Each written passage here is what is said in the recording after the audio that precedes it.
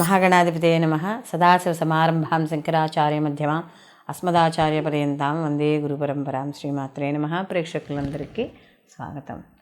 2024 సంవత్సరంలో మనకి రవి శనులు ఇద్దరూ కూడా ఒకే రాశిలో కలవడం అనేది జరుగుతోంది. అయితే సహజంగా మనకి గోచార రీత్యా మనకి గ్రహాలు అలా కదులుతూ ఉన్నప్పుడు, అంటే ప్రతి మాసంలోనూ కూడా అలాగే వాటి నిడివిని బట్టి అవి కదులుతూ ఉండడం అనేది జరుగుతుంది. ప్రతి గ్రహము కూడా, అంటే ఒక గ్రహము ఒకే రాశిలో ఒకటి నెల రోజులు ఉంటుంది, ఒకటి 45 రోజులు ఉంటుంది ఒక గ్రహం, ఇంకొక గ్రహము ఇలా ఒక 28 రోజులని, లేకపోతే మళ్ళీ వక్రీకరించి ముందుకు వెళ్ళమని, ఇలా రకరకాలుగా మనకి వాటి యొక్క స్థితులను బట్టి మారుతూ ఉంటాయి. కొన్ని అయితే మనకి మనం చెప్పుకున్నప్పుడు సహజంగా ఇప్పుడు శని భగవానుడు అయితే 2.5 సంవత్సరాలు ఇలా ఒకే రాశిలో సంచారం చేయడం అనేది జరుగుతుంది. అయితే ఇక్కడ రవి ప్రతి మాసము ఒక్కొక్క రాశిలోకి ఆయన సంచారం చేయడం అనేది జరుగుతుంది. అలాంటప్పుడు ఈ యొక్క శని భగవానుడు కుంభరాశిలో తన స్వక్షేత్రంలో మూల త్రికోణ స్థానంలో ఉండంగా, రవి కూడా ఈ 2024 ఫిబ్రవరి మాసంలో మనకి రవి కూడా అక్కడికి ప్రవేశించడం అనేది జరుగుతుంది. ఫిబ్రవరి 14వ తారీఖు నుండి ఒక నెల రోజుల పాటు, ఇంచుమించు అంటే మార్చి 13వ తారీఖు వరకు కూడా ఆయన అక్కడే సంచారం అనేది జరుగుతుంది. అయితే ఇక్కడ రవి శనులు ఇద్దరూ కూడా శత్రువులు, తండ్రి కొడుకులైనా కూడా రెండు విరుద్ధ గ్రహాలుగా మనం చెప్పడం అనేది జరుగుతుంది. అయితే ఇక్కడ మనకి రవి ఆత్మకారకుడు, ఈయన తండ్రి, అలాగే రాజకీయాలకి, ప్రభుత్వ రంగాలకి, ప్రభుత్వ రంగంలో పనిచేస్తున్న ఉద్యోగస్తులు వీళ్ళందరికీ కూడా అధికారము, విల్ పవరు, నెక్స్ట్ వచ్చి ఒక రకమైన అథారిటీ మనం చెప్తాం కదా. ఎందుకంటే రవి జాతకంలో మనం చెప్పేటప్పుడు కూడా నవగ్రహాల్లో కల్లా రాజు మనం రవి అని చెప్పడం అనేది జరుగుతుంది. ఒక రూల్ అనమాట, ఒక రూల్ చేస్తాడు మనకి. అయితే ఇక్కడ శని భగవానుడు వచ్చేటప్పటికి ఏమవుతుంది అంటే కర్మకారకుడు, అలాగే ఒక పద్ధతులు, ఒక మంచి, ఒక ఇది చెడు, ధర్మబద్ధమైన జీవితము, ఇలాంటి వాటి అన్నింటికీ సహనము, ఓర్పు, ఒక రకమైన అంటే ఒక నియమ నిబద్ధతలతో వెళ్ళడం, అంటే ఇలా అనుకుంటే ఇలాగే వెళ్ళడం, అది కూడా ధర్మబద్ధంగా. అధర్మబద్ధంగా శని భగవానుడు ఎప్పటికీ కూడా అధర్మానికి ఎప్పుడూ కూడా ఆయన వ్యతిరేకమే. సేవా కార్యక్రమాలు, ఒక్కోసారి బద్ధకము, ఇలాంటివన్నీ కూడా ఈ శని ఇచ్చే కారకత్వాలుగా కనబడుతూ ఉంటాయి. అలాగే ఇక్కడ కూడా ఈయన కూడా గవర్నమెంటు, రాజకీయాలకి వాటికి కూడా కారకుడు. అయితే ఈ రెండు మరి నెల రోజులు ఒకే రకంగా ఉంటుందా అంటే ఒకే రకంగా ఏముండదు. ఒక డిగ్రీలు 10 నుండి 15 డిగ్రీల మధ్య కానీ ఈ రెండు గ్రహాలు కలిసినప్పుడు ఆ యొక్క ఏదైతే తీవ్రత ఉందో ఆ తీవ్రత అనేది కనపడుతూ ఉంటుంది ముఖ్యంగా. కాబట్టి ఆ తీవ్రత అనేది, అంటే ఈ రవిశని కలగ వల్ల ఆ సమయంలో మాత్రమే, అంటే 10 డిగ్రీల నుండి 15 డిగ్రీలు ఉన్న సమయంలో ఏ రోజులైతే ఉన్నాయో ఆ రోజుల్లో మాత్రమే కాస్త నీచ ఫలితాలు పొందడం అనేది జరుగుతుంది. కాబట్టి అసలు వీళ్ళకి ఎటువంటి ఫలితాలు ఉంటాయి ఏమిటి అనే విషయాన్ని ఇప్పుడు మనం ద్వాదశ రాశుల వారికి తెలుసుకుందాం. కర్కాటక రాశి. కర్కాటక రాశికి రాశాధిపతి వచ్చి చంద్రుడు. కర్కాటక రాశిలోకి మనకి పునర్వసు 4వ పాదము, పుష్యమి 1, 2, 3, 4 పాదాలు, ఆశ్లేష 1, 2, 3, 4 పాదాలు కర్కాటక రాశిలోకి రావడం అనేది జరుగుతుంది. కర్కాటక రాశిలోకి మనకి ఈ యొక్క శని భగవానుడు యొక్క సంచారం ఆల్రెడీ వీళ్ళకి నడుస్తోంది. వీళ్ళకి దీనితో పాటుగా రవి కూడా చేరడం అనేది జరిగింది. అంటే ధనాధిపతి, అలాగే ఇంటికి కుటుంబ స్థానాధిపతి, అలాగే ఈ యొక్క ధనకారకుడు, కుటుంబకారకుడు అయిన ఈ యొక్క రవి అష్టమ స్థానంలోకి సంచారం చేయడం అనేది జరుగుతుంది. ఆల్రెడీ వీళ్ళకి అష్టమ స్థానంలో ఎప్పుడైతే ఈ యొక్క శని యొక్క సంచారం నడుస్తోందో దానివల్ల కొంత ఇబ్బందులు అనేవి పడుతున్నారు.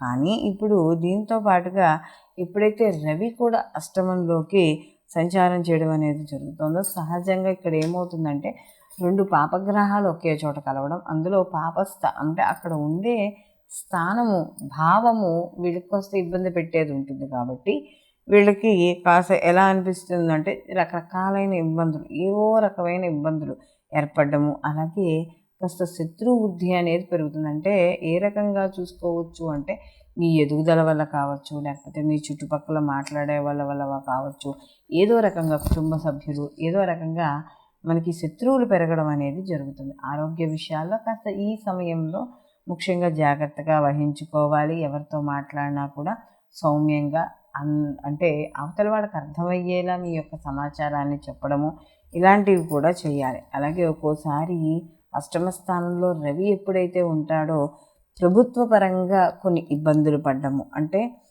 ప్రభుత్వ రంగంలో ప్రభుత్వ పరంగా ఇప్పుడు ఎవరైనా ప్రభుత్వ రంగంలో ఉద్యోగం చేస్తున్న వాళ్ళు ఉన్నారు. వాళ్ళు చేసే ఉద్యోగాల్లో చిన్న చిన్న ఏవో తెలిసి తెలియక తప్పు వల్ల ఏ ఇంక్రిమెంట్లు రాకపోవడము, అది కూడా అంతే. డైరెక్ట్గా మన పాలిస్తున్న రాజు వల్లే మనకి రావాలని లేదు. మనం చేసే వృత్తి ఉద్యోగాల పరంగా కూడా కాస్త ఇబ్బంది పడే అవకాశం అనేది ఇక్కడ కనబడుతోంది. అలాగే ఎక్కువగా కోపం వస్తూ ఉండడం, లేకపోతే వినకూడని మాటలు కానీ అశుభకరమైన మాటలు కానీ కాస్త వింటూ ఉండడం, ఇలాంటివి ఎక్కువగా మనకి ఈ రవి శనుల కలయిక వల్ల మనకి కనపడుతూ ఉంటాయి. చిన్న చిన్న అవమానాలు కావచ్చు, ఇలాంటివి కూడా మనకి ఎదురయ్యే సూచనలు అనేవి కనపడుతూ ఉంటాయి. అయితే ఈ సమయం ఎంతవరకు ఎక్కువ తీవ్రత ఉంటుంది అని కానీ చూసుకున్నప్పుడు మనకి ఈ రవి శని యొక్క కలయిక 10 నుండి 15 డిగ్రీల దగ్గర ఉన్నప్పుడు తీవ్రత ఎక్కువగా ఉన్నట్టుగా కనబడుతుంది. అలాంటి సమయం ఏమిటి అంటే ఫిబ్రవరి 24వ తారీఖు నుండి మార్చి 1వ తారీఖు వరకు మాత్రం తప్పనిసరిగా కాస్త తీవ్రత అధికంగా ఉంటుంది. కాబట్టి కుటుంబ సభ్యుల విషయాల్లోనూ, అలాగే ఎవరితోనైనా మాట్లాడేటప్పుడు కావచ్చు, లేకపోతే ఏవైనా స్థిరచరాస్తుల విషయాల్లో కావచ్చు, గొడవలు అయ్యేటప్పుడు కావచ్చు, ఇలాంటి విషయాల్లో కొద్దిగా జాగ్రత్త వహించడం అనేది కర్కాటక రాశి వాళ్ళకి చెప్పదగ్గ సూచన. వీళ్ళు మరిన్ని మంచి ఫలితాలు పొందడానికి వీళ్ళు ప్రతిరోజు కూడా ఆదిత్య హృదయ పారాయణ చేసుకోవడం, కుదిరితే సూర్య నమస్కారాలు చేసుకోవడం, ఈశ్వర ఆరాధన చేసుకోవడం అనేది చాలా మంచిది. అలాగే వీళ్ళు ఏదైనా కుదిరితే మీకు దగ్గరలో ఏమైనా పారే చెరువు కానీ నది కానీ ఏవైనా ఉంటే ఆ నదిలో కాస్తంత బొగ్గులు, ఒక గుప్పెడు బొగ్గులు తీసుకుని నదిలో వదలడము, అలాగే కొబ్బరికాయని తీసుకెళ్ళి నీటిలో వదిలేయడం ద్వారా మీకు కొంత దిష్టి అనేది, నరఘోష అనేది, కొంత వ్యతిరేక ఫలితాలు అనేవి అన్నీ కూడా తొలగడం అనేది జరుగుతుంది. మనము ప్రతి రాశికి సంబంధించి ఈ శని భగవానుడు రవిల యొక్క కలయిక గురించి మనం చెప్పుకున్నాం. అంటే వీళ్ళకు ఉండే శుభ ఫలితాలు ఏమిటి, అశుభ ఫలితాలు ఏమిటి అనేది మనం చెప్పుకున్నాం. అయితే ఇక్కడ ఇవి గోచార ప్రకారం మనం చెప్పుకునే ఫలితాలు. అంటే ఈ నెల రోజుల సమయంలో ఈ యొక్క రవి మరియు శని భగవానుడి యొక్క కలయిక వల్ల ఆ రాశికి, అంటే మనం ఇప్పుడు ఏ రాశి అయితే చెప్పుకున్నామో ఆ రాశికి వచ్చే ఫలితాలు.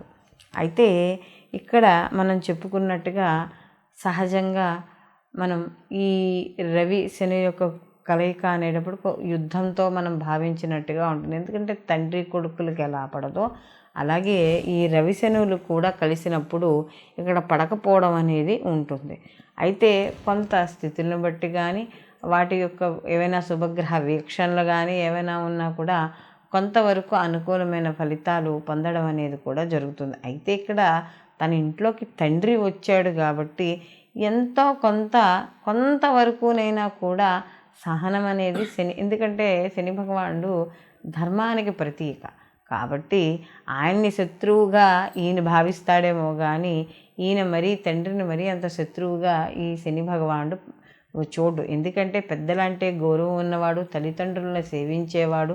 తల్లిదండ్రులను సేవిస్తే ఆయన యొక్క అనుగ్రహం అనేది ఖచ్చితంగా పొందుతామని అందరికీ తెలుసు.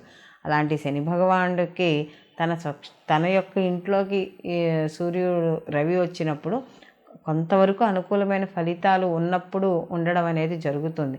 ఓ పీరియడ్ ఆఫ్ టైంలో మాత్రం ఆ యొక్క డిగ్రీల దగ్గరకు వచ్చినప్పుడు మాత్రమే కొద్దిగా వ్యతిరేకత అనేది ఉంటుంది. అయితే ఈ యొక్క మనం ఈ రాసు ఇప్పుడు మనం చెప్పుకున్న గోచార ఫలితాలతో పాటుగా వ్యక్తిగత జాతకాలు తప్పనిసరిగా పరిశీలనలోకి తీసుకోవాలి. ఇప్పుడున్న ఒక జాతకస్తుడు ఉంటే ఇప్పుడున్న స్థితి ప్రకారం అతని జన్మజాతకం ఎలా ఉంది, అతని జన్మజాతకంలో రవి శనుల యొక్క స్థితి ఎక్కడ ఉంది, వాళ్ళు అప్పుడు ఆ స్థితిలో ఎన్ని బిందువులు ఇచ్చారు, ఇప్పుడు గోచార ప్రకారం ఎన్ని బిందువులు ఇస్తున్నారు, ఇన్ని రకాల మనం క్యాలిక్యులేషన్స్ చేసుకుని మాత్రమే వీళ్ళు పూర్తిగా శుభ ఫలితాలను ఇస్తారా, పూర్తిగా అశుభ ఫలితాలను ఇస్తారా ఏమిటి అనేది చూసుకోవాలే తప్ప ఎలా అంటే ఏదో ఇక్కడ బాగాలేదు కాబట్టి పూర్తిగా బాగుండదు, లేకపోతే మనకి బాగుంది కాబట్టి పూర్తిగా బాగుంటుంది అనే భావన అనేది ఉండకూడదు. కాబట్టి ఇటు గోచారము అటు జన్మజాతక ఫలితాలు రెండింటినీ కూడా